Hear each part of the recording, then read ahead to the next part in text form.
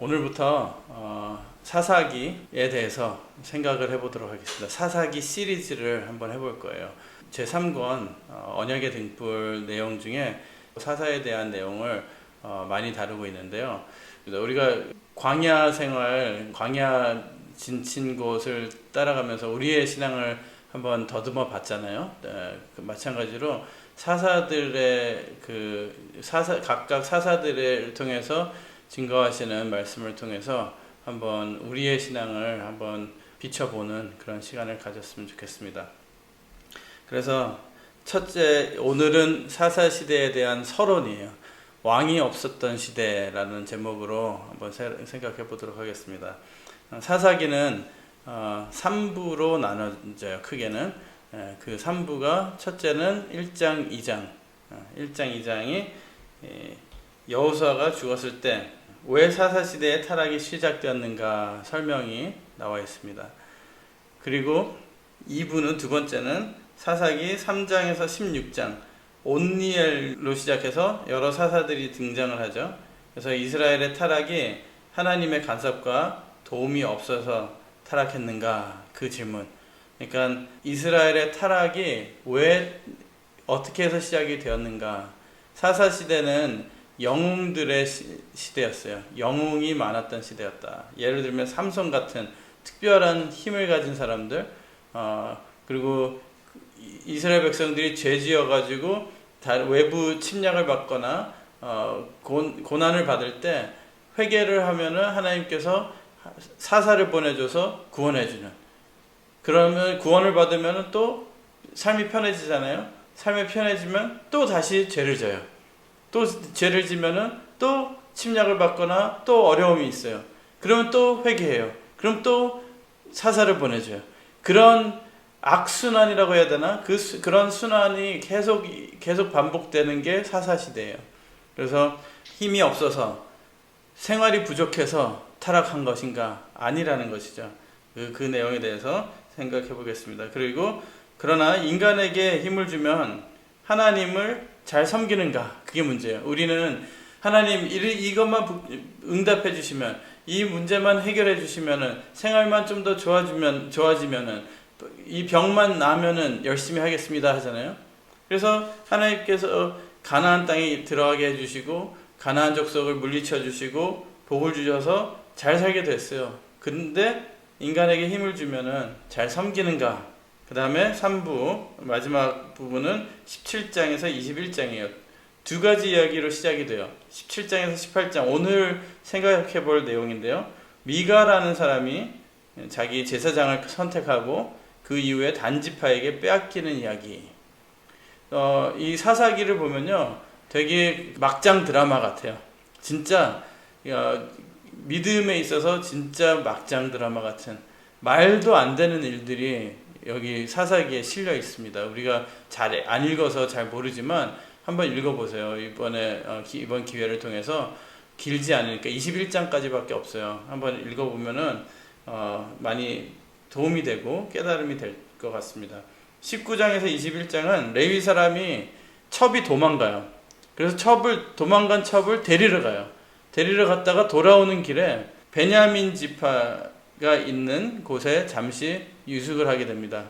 근데 그 밤에 그 베냐민 지파 깡패들한테 이 첩을 뺏겨가지고 이 첩이 강간을 당해요. 밤새도록. 그래서 그 첩이 문 앞에 와서 죽어있는 거를 보고 말에 실어서 가가지고 12조각으로 자릅니다. 그 시체를. 그래서 한 지파에 한 조각씩 보내는 거예요. 그래가지고 전쟁이 일어나는, 싸움이 일어나는 그런 사건이에요. 이걸 한번 읽어보세요. 참 막말로 기가 막힐 정도로 왜 이런 일이 있을까.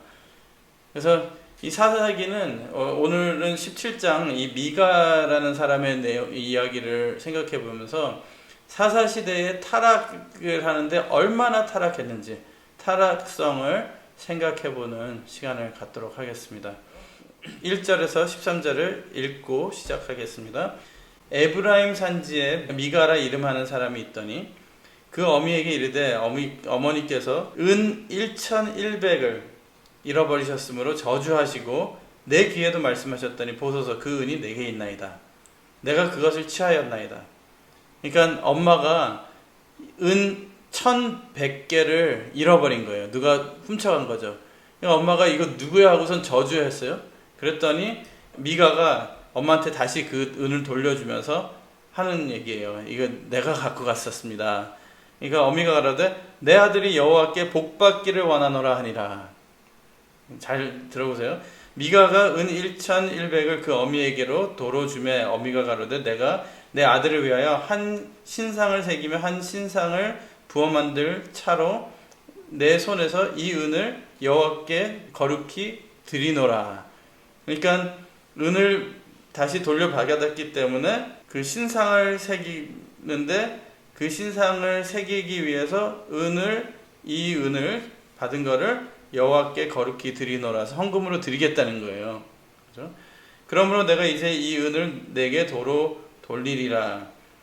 미가가 그 은을 어미에게 도로 주었으므로 어미가 그 은 200을 취하여 은장색에게 주어 그 한 신상을 새기며 한 신상을 부어 만들었더니 그 신상이 미가의 집에 있더라.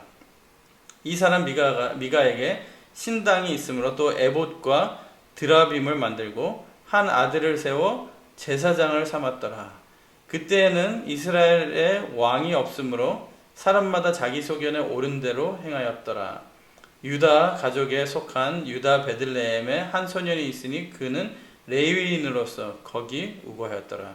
이 사람이 거할 곳을 찾고자 하여 그 성읍 유다 베들레헴을 떠나서 행하다가 에브라임 산지로 가서 미가의 집에 이르매 미가가 그에게 묻되 너는 어디서부터 오느냐? 그가 이르되 나는 유다 베들레헴의 레위인으로서 거할 곳을 찾으러 가노라. 미가가 그에게 이르되 내가 나와 함께 거하여 나를 위하여 아비와 제사장이 되리라. 내가 해마다 은 열과 의복 한 볼과 식물을 주리라 하므로 레위인이 들어갔더니 레위인이 그 사람과 함께 거하기를 만족히 여겼으니 이는 그 소년이 미가의 아들 중 하나같이 됨이라. 미가가 레위인을 거룩히 구별하며 소년이 미가의 제사장이 되어 그 집에 거한지라. 이에 미가가 가로되 레위인이 내 제사장이 되었으니 이제 여호와께서 내게 복을 줄 줄을 아노라 하니라. 이 내용에 대해서 잠시 설명을 해보도록 하겠습니다. 여기 중간중간 강조되는 말이 그때에 이스라엘에 왕이 없었고, 그래서 오늘 제목이 왕이 없는 시대예요. 그때에 이스라엘에 왕이 없었고, 왕이 없었다는 표현은요, 나를 다스리는 자가 없다. 내 위에 아무도 없다. 나를 뭐라고 할 사람이 없다라는 거예요. 더 나아가서 안식이라는 그 개념은요, 하나님께서 6일 창조하시고 7일째 안식하시잖아요. 그게 안식하신 게 쉼이 아니에요. 그냥 낮잠 잤다, 아니면 피곤하게 일했으니까 쉬었다, 그 의미가 아니고요. 안식하다라는 것은 마치 보좌에 자정하다, 보좌에 앉아서 이제 통치하는 왕의 모습을 나타내는 거예요. 그래서 이스라엘 백성들, 히브리 사람들이 이 내용을 읽을 때 7일째 안식하셨다 하는 내용을 들으면요, 성전이 생각이 들어요. 성전의 가장 거룩한 지성소에 하나님이 내려오셔서 거기에 거하시다, 그런 의미로 느껴지는 거죠. 그러니까 그 의미는요, 왕은 왕궁에서 통치를 하지만 하나님은 성전에서 하나님의 통치를 하신다. 그렇기 때문에 6일째 사람을 지으시고 첫째 날부터 쭉 지어오셨어요. 분리의 역사를 통해서 하나님의 원하시는 뜻이 이루어졌을 때, 7일째 완성이 됐을 때 하나님이 왕이 되는 거예요. 하나님이 왕이 되고 아담이 백성이 되는 거죠. 그러니까 하나님의 말씀을 순종하는 하나님의 주권 아래에 우리가 들어갔을 때 하나님은 왕이 되는 거예요. 그러니까 하나님을 왕으로 섬기지 않고 영원한 안식을 바라봐야 되는 이스라엘 백성들의 정체성을 완전히 잃어버렸다는 의미예요. 이스라엘에 왕이 없고, 이스라엘에 왕이 없다는 것은 말이 안 되는 거예요. 왜냐면 창세기부터 이스라엘의 왕은 이 안식하시는 성전 보좌에 앉으셔서 치리하시고 통치하시는 하나님만이 왕이기 때문에. 그래서 이스라엘의 왕이 없고라는 것은요, 하나님을 저버리고라는 의미로 받아들여도 된다는 거예요. 또 19장 1절에도 이스라엘의 왕이 없을 그때에 우리 삶에는, 여러분들의 삶에는 하나님께서 왕이 되시는 그런 삶을 사는 것이, 그게 믿음 생활, 진정한 믿음 생활인 줄 믿습니다. 그래서 진짜 왕이 없었던 게 아니고, 이스라엘의 왕은 하나님인데, 하나님은 계신데 하나님을 왕으로 인정하지 않고 섬기지 않을 때라는 의미. 하나님께 주권을 드리는 것이 아니라 자기네들이 주권을 가질 때 우리는 왕이 없다, 내가 내 왕이다.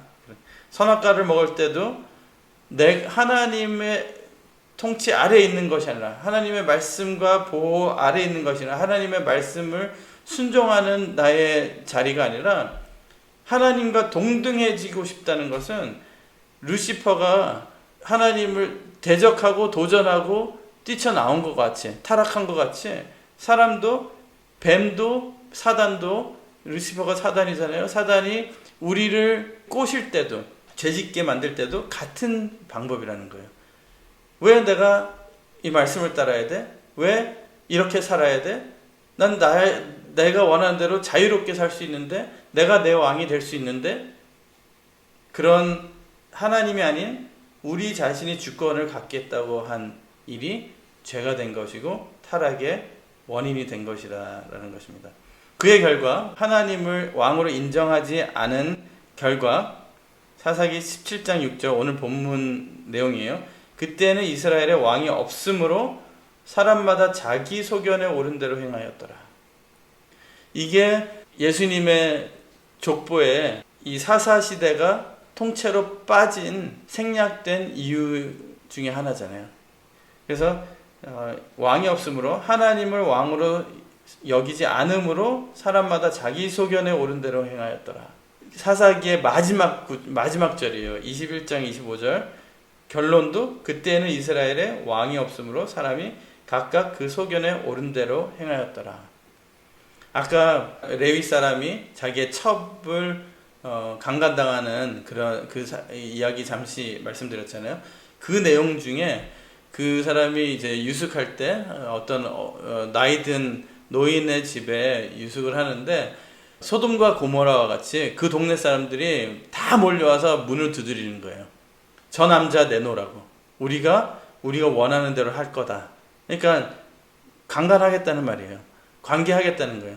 남자를 내놓으라는 거예요. 남자를. 그럴 때 여기 그 주인이 이렇게 얘기해요. 보라, 여기 내 처녀 딸과 이 사람의 첩이 있은즉 내가 그들을 끌어내리니 너희가 그들을 욕보이든지 어찌하든지 의미로 하되. 여기 자기 그 소견에 옳은 대로라는 표현이랑 같은 거예요. 보기에 좋은 대로 하되. 그러니까 사람의 소견에 옳은 대로가 그냥 보통 깨끗한 내가 올바로 결정을 하겠다 그런 내용이 아니라, 여기서 보면요, 이 구절에서는 뭐 하는 거예요? 그 사람 욕보이는 일을 한다는 거예요. 오직 이 사람에게는 이런 망령된 일을 행치 말라. 망령된 일이 그들의 의미로 하는, 보기에 좋은 일이라는 거예요. 이 세상이 그렇게 지금도 흘러가고 있는 상태가 아닌가. 우리의 삶은, 우리 각자의 삶은 하나님의 보시기에 좋은 일이 중요한 것인가, 아니면 나한테 좋은 일이 더 중요한 것인가 생각을 곰곰이 해봐야 되겠습니다. 그래서 그 시대는 사람이 주인이 된 시대, 사람이 영웅이 된 시대는 어떤 시대인가? 지금 현재 우리가 사는 시대가 사람이 영웅이 되는 시대예요. 사람이 못하는 게 없는 시대예요. 바벨탑을 지은 니므롯의 시대도 마찬가지였죠.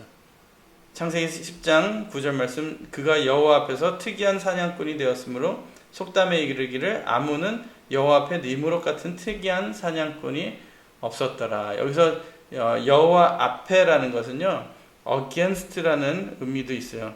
before도 있지만 before 아니면 at 누구누구의 face, 얼굴 앞에, 대면에서, 아니면 against, 대적하다. 하나님을 여호와 앞에라는 뜻이 여호와를 대적하는 이런 특이한 사냥꾼도 없었다라는 거죠. 현대 시대는 종교다원주의 시대, 무신론 시대. 무신론이라는 것은 인류 역사상 신을 안 믿을 수가 없는 우리 인간이거든요. 신을 계속 믿어왔어요. 어떤 신이든 우리가 한계가 있기 때문에 우리보다 높은 곳에 계시는 그 어떤 존재, 신적인 존재가 있을 거다라는 것이 인간의 자연스럽게 원하고 생각할 수 있는 그런 팩트예요. 그런데 지금 들어서, 현대 시대에 들어서 이 무신론이라는 게 너무나도 유행하듯이 많아졌어요. 왜냐하면은 과학, 문명, 기술 이게 발전하면서 내가 할 수 있다라는 생각이 너무 짙게 들기 때문이에요. 너무 강하게 인류의 마음 속에 자리를 잡았어요. 그래서 어떤 사람은 종교 공산주의다라고도 해요. 딱 통치하는 그 누구가 없이 우리끼리 다 알아서 하자. 왕이 없이 각자가 왕이다. 근데 진짜 우리는 조심해야 되는 것 같아요. 왜냐하면 이런 사상과 생각은 마지막 요한계시록에 나타나는 짐승의 사상이고, 그렇지만 교회에서도 이런 사상을 알게 모르게 받아들이고 있어요. 사람 중심, 나 중심, 나한테 좋지 않고 내가 불이익 당하면은, 물론 불이익 당하면 안 되겠지만 하나님의 뜻은 두 번째고 내가 중심이 돼야 되는, 내가 기분 나쁘거나 내가 불편하면은 신앙도 둘째로 차선인 그런 시대가 왔다는 것입니다. 이 마지막 때 교회를 지키는 자는 내가 중심이 되지 않고 하나님이 중심이 되는, 그게 지키기가 너무 쉽지 않거든요. 왜냐면 우리는 내가 중심이거든요, 인간은. 그래서 오늘 본문의 내용을 좀 더 자세히 생각해 보겠습니다. 두 사람을 생각해 보는데요, 미가와 제사장이 된 레위 사람 생각해 보겠습니다. 17장 1절에 에브라임 산지에 미가라 이름하는 사람이 있더니, 많은 기대를 일으키는 시작이에요. 미가, 이름의 뜻은 누가 여호와 같으리요. 왜냐면 사사시대가 너무너무 타락한 시대, 하나님을 잘 믿는가 하다가도 자기가 편해지면은 믿음도 흐지부지, 신앙도 흐지부지, 오히려 이방 신도 믿고 여러 가지 자기가 원하는 걸 다 하는 거예요. 그러다가 하나님이 치시면은 또 회개했다가 왔다 갔다 하는 그런 신앙. 여호수아가 죽고 여호수아와 함께 동시대에 있던 그 장로들, 어른들이 다 돌아가시고 나서, 그러니까 믿음으로 이끌어줄 사람이 없어졌을 때 이들은 이렇게 망가졌다는 거죠. 우리도 한번 생각해 봐야 되는 게, 우리 앞 세대, 우리 부모님 세대, 그 세대가 지나가면은 우리는 우리 부모님들처럼 믿음을 이어갈 수 있는가? 우리 교회를 계속 유지할 수 있는가? 믿음으로. 아니면은 지금 코로나 바이러스 때문에 변화하고 있는 이 변화의 물살에 따라서 우리도 그냥 편하게 하는 그런 신앙생활로 변해질 것인가? 그래서 에브라임 산지에 미가라 이름하는 사람이 있더니, 아까 읽었죠. 그 어미에게 이르되 어머니께서 은 1,100을 잃어버리셨으니, 아까 읽었기 때문에 다 읽지 않을게요. 그러니까 삼손 이후에 이제 회복됐나 보다 하는 기대를 갖는 구절이 그 시대예요. 지금 삼손도 막 기대를 가졌는데, 아시잖아요, 삼손 내용. 우리가 또 앞으로 생각해 볼 건데 실망이 컸어요, 삼손에 대해서. 근데 이제 여기 보면요, 미가의 어머니는 은 1100개를 잃어버렸어요. 은 1100개라는 거는요 어마어마한 액수거든요. 그 당시 1년 품삯이 은 10개였어요. 그냥 베이스 노동하는 사람이 1년 동안 버는 게 은 10개였는데 은 1100개를 잃어버렸어요. 그럼 몇 년치를 잃어버린 거예요? 110년치예요. 110년치. 보통 사람 110년 일해서 벌을 거를 잊어버린 거예요. 여러분은 그 어마어마한 돈을 잃어버리면 어떻게 했어요? 난리 나죠. 막 경찰에 신고하고 뭐 할 거 아니에요. 이 아줌마는 그냥 말로 저주해버리고 끝났어요. 그 정도로 부자였다는 거예요. 그 정도로 잘 살았어요. 근데 이걸 어머니한테 왜 가져왔어요? 다시 자수하고 가져왔잖아요. 미가가 가져온 이유는 엄마가 가져와서 내가 훔친 거예요 그랬잖아요. 그 이유는 저주한 것 때문에, 죄책감 때문에가 아니라 저주가 들여와서 가져왔다는 거예요. 저주하시고 내 기회도 말씀하셨더니 보소서 그 은이 내게 있나이다. 샤머니즘 같은 그런 믿음이었던 거예요. 저주하면은 그게 무서워서 가지고 오는, 양심보다도 그 저주가 무서워서, 하나님이 보고 계시는 건 상관 안 하고 그 엄마가 저주한 게 무서워서 돈을 훔친 그 아들이 다시 갖고 온 거예요. 그런데 이 엄마도 되게 웃기죠. 그렇게 막 저주했던 사람이 아들이 훔쳤다는 걸 알자마자 뭐라 그래요? 내 아들이 여호와께 복받기를 원하노라. 그러니까 자기 말로 저주를 했다가 복을 줬다가 맘대로 하는 거예요. 하나님이 보시고 하나님이 심판하시는, 하나님은 어떻게 생각하시는가, 그거 상관없는 거예요. 갑자기 저주를 퍼부었다가 다른 사람인 줄 알고 자기 아들이라니까 그 저주를 복으로 바꾸려고 하는. 미가가 은 1100을 그 어미에게 도로 주매 어미가 가로되 내가 내 아들을 위하여 한 신상을 새기며, 그러면 여호와께서 복 주기를 원한다고 한 사람이 신상을 새기겠대요. 아들을 위해서 기념으로. 그리고선 그 돈을 다 찾았으니까 그대로 헌금을 하겠다는 거예요. 그죠? 근데 보니까 그 중에 200은 뭐 신상 만드는데 쓰고선 헌금을 안 해요. 그러니까 이것을 보면서 진정 이기적이고 진짜 우리 문화에서도 이런 미신적이고 주술적인 게 너무 많은 거예요.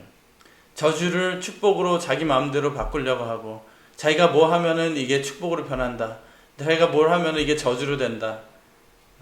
한국에도 그런 게 있잖아요. 이사할 때 손이 없는 날, 뭐 그런 말 들어봤어요? 이사하면 안 되는 날, 하면 좋은 날, 뭐 이사할 때 장롱부터 들어가야 된다.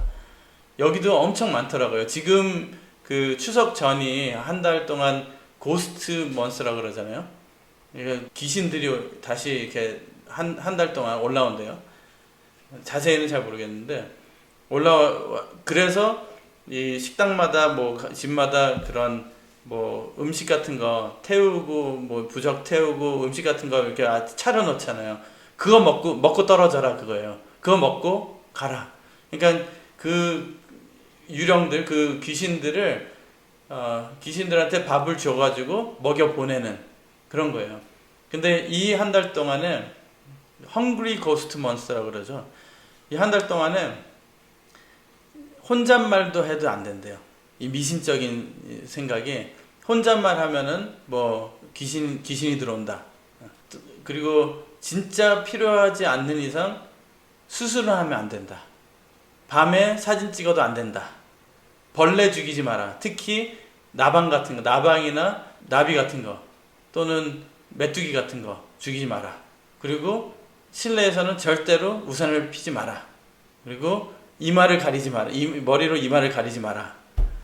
하여튼 별게 많아요. 그리고 귀신에 대해서 얘기를 하지 마라. 근데 이런 게 몸에 배인 사람들이 은근히 많더라고요.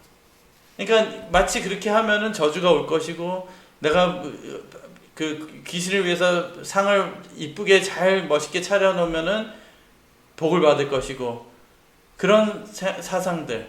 그게 은근히 우리 동양 문화에 젖어 들어 있다는 거예요. 그러니까 하나님도 그렇게 대하는 거죠. 여호와는 그냥 핑계고 껍데기예요. 필요할 때, 내가 복 필요할 때 이름 부르고 이용하는 여호와 하나님. 근데 결국에 자기 아들을 위해서 산상을 만든 거예요. 그리고 다 드리지도 않았어요. 드린다고 그래놓고 다 드리지도 않고, 다 드릴 것 같이 하더니 딱 200으로 신상 세워놓고 나머진 마이 포켓. 그러니까 하나님께 뭐 복을 원할 때는 뭐 이렇게 약속을 하고 이렇게 하겠습니다. 꼭 헌금 아니라도 내가 뭐 하루에 성경을 몇 장 읽겠습니다. 뭐 감사하면서 살겠습니다. 다 하잖아요. 근데 결국에는 in my pocket. 입 싹 닦고 끝나는 거래요. 여호와께 드리는 건지 아들을 위해서 드리는 건지 도무지 알 수 없는, 우리가 신앙생활하는 것도 뭘 받기 원해서 하는 건지, 나를 위해서 하는 것인지 내 자식을 위해서 하는 건지.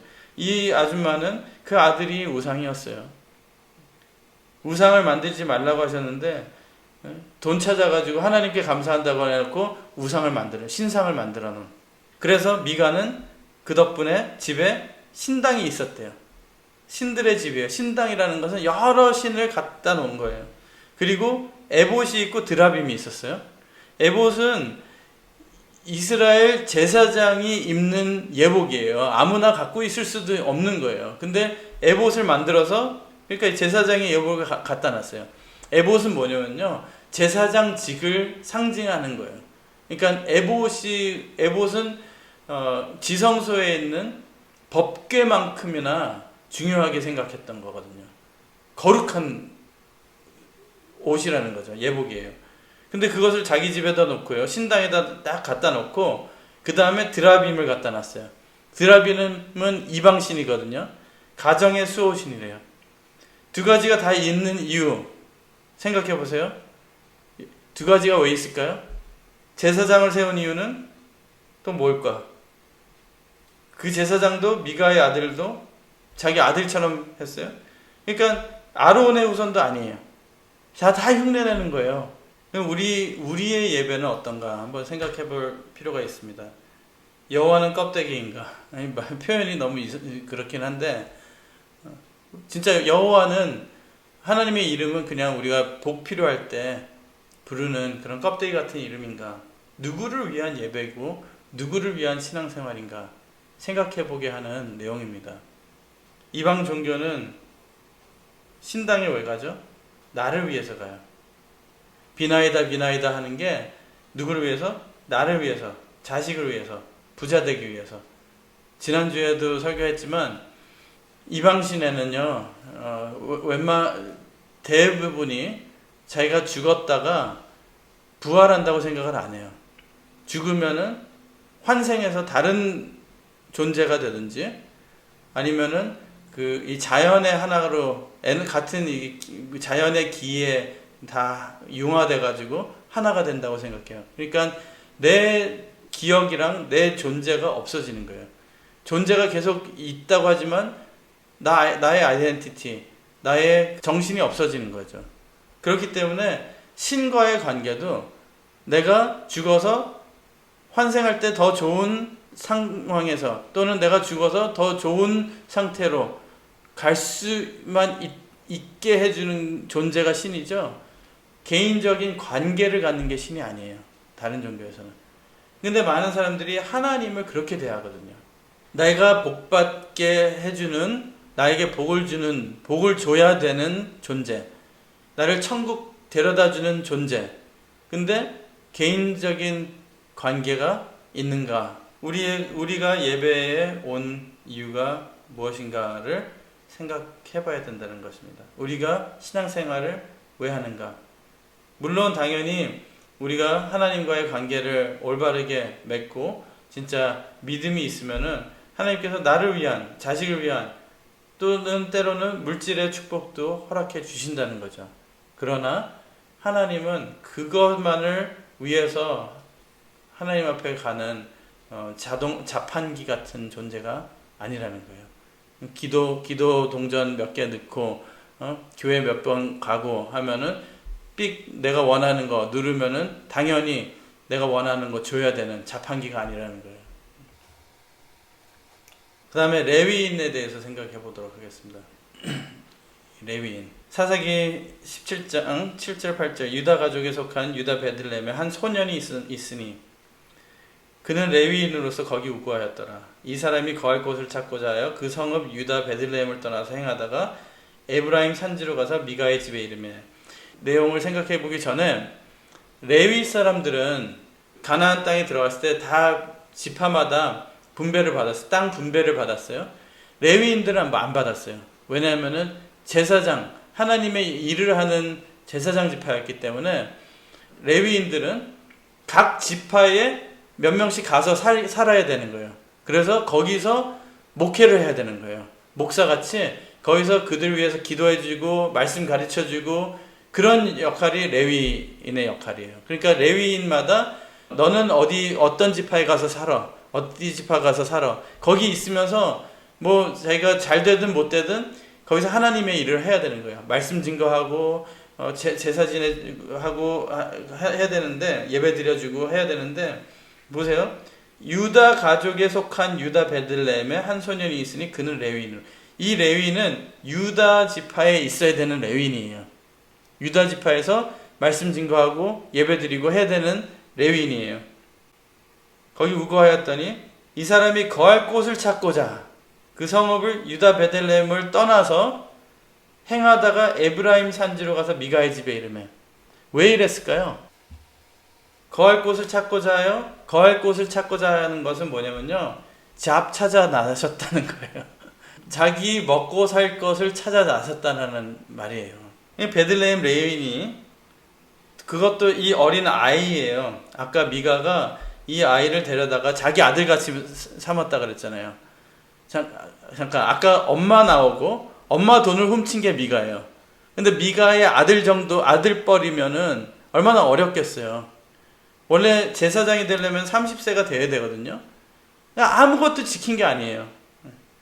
그래, 레위인이 제사장이 된 이유는, 보세요. 미가가 그에게 이르되 네가 나와 함께 거하여 나를 위하여 아비와 제사장이 되리라.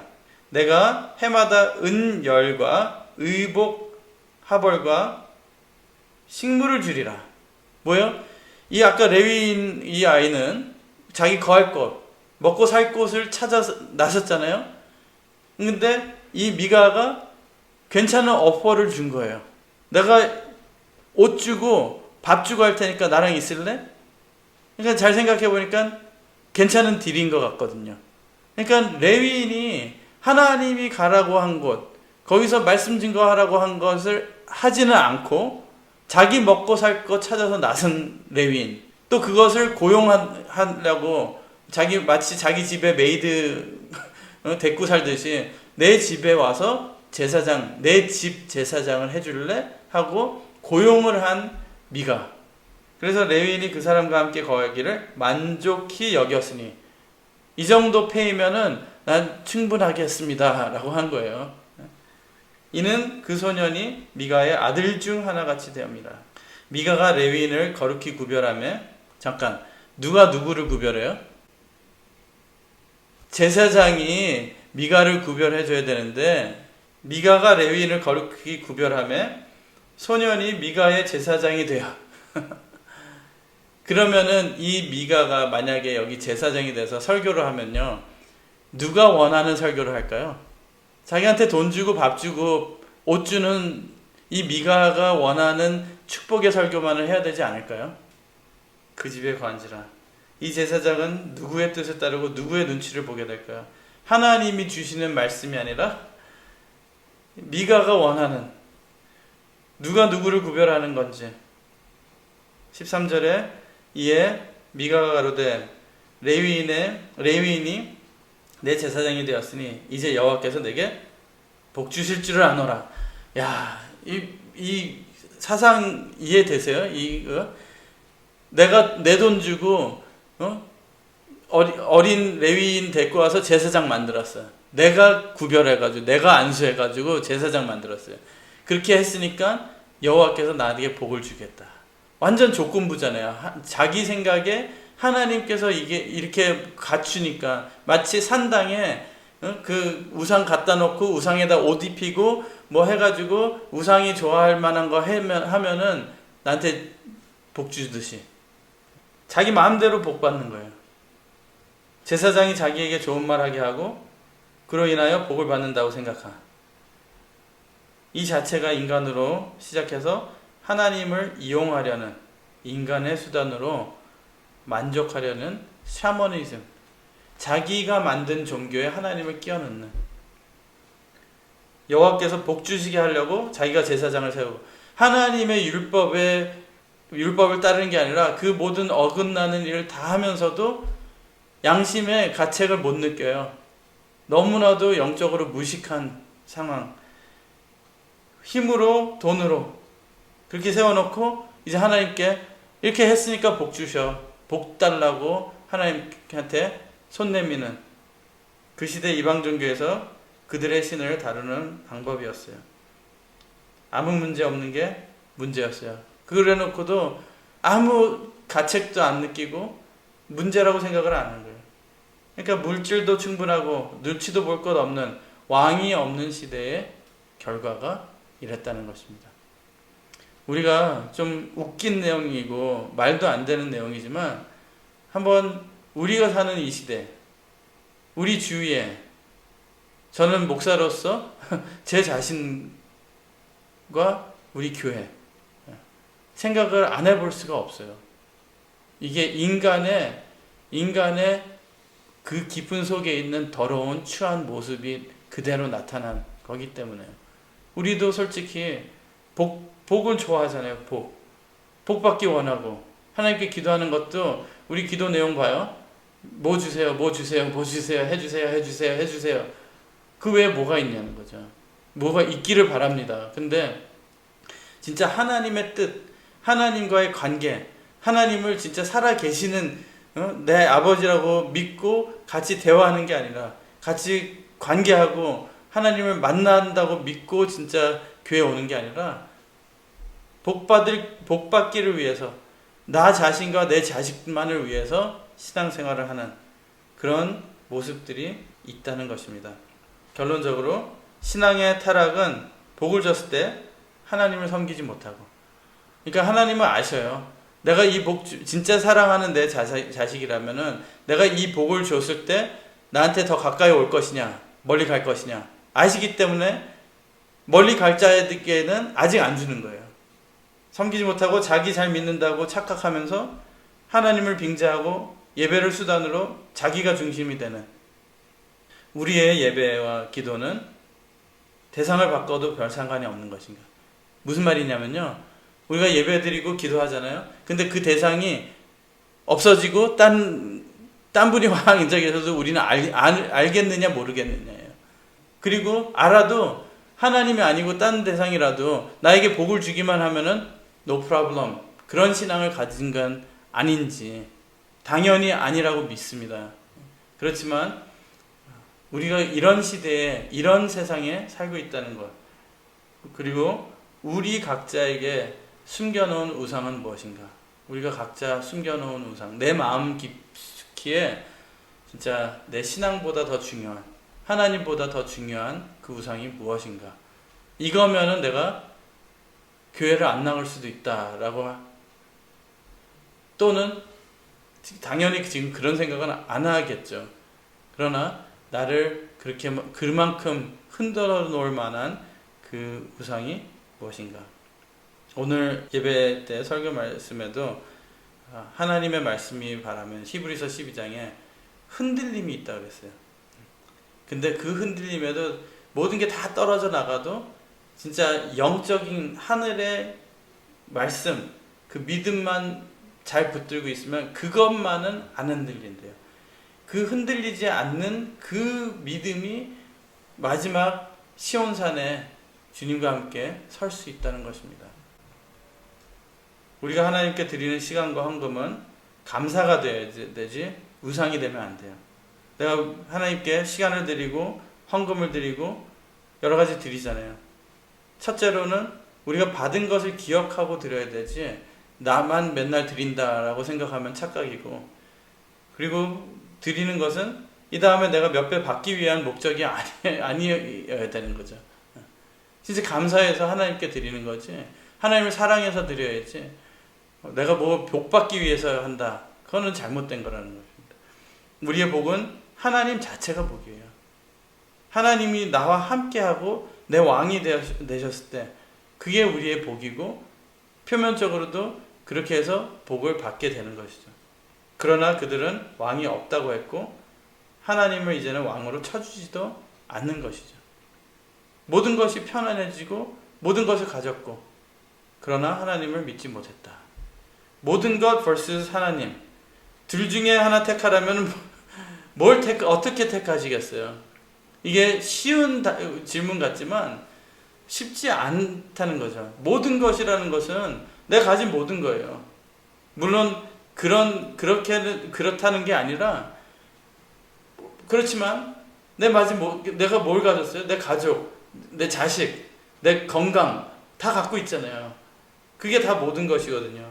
모든 것을 하나씩 욕과 같이 잃게 되면은, 그러면 하나님을 버리고 모든 것을 택할 것인가? 아니면은 그 모든 것이 없어져도 하나님을 붙들 수 있는 것인가? 쉽지 않은 문제예요, 이게. 나에게는 없어도 되는 것이 무엇인가? 모든 것이 없어도 됩니까? 아니면 하나님이 없어도 됩니까?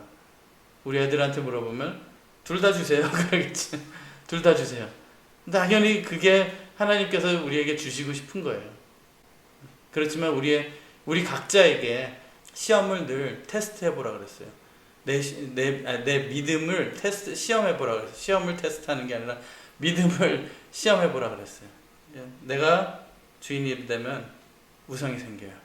내가 왕이 되면 우상이 생겨요. 그것을 하나님께 드리자는 거예요. 내 우상이 무엇인지 그것을 하나님께 드리자. 아브라함이 이삭을 바쳤듯이 나의 믿음을 하나님 앞에 가는데 가로막고 있는 그것을 하나님께 드리자.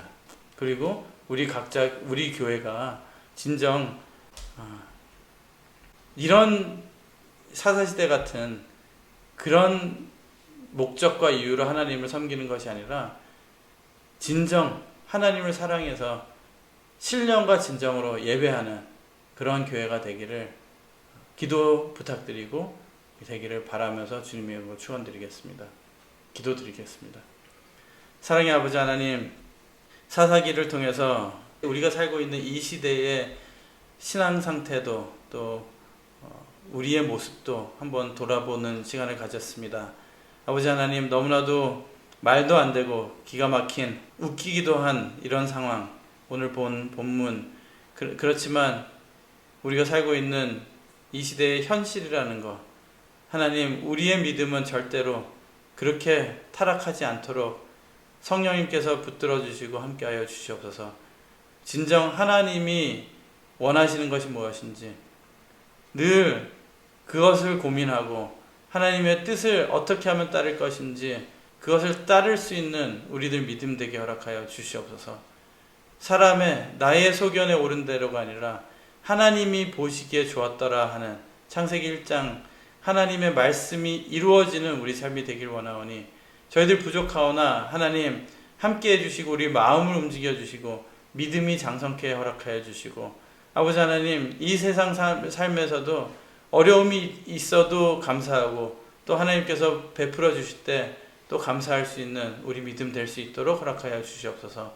그렇게 이루어 주실 줄 믿고 감사드리며 예수님 이름 받들어 간절히 기도드리옵나이다. 아멘.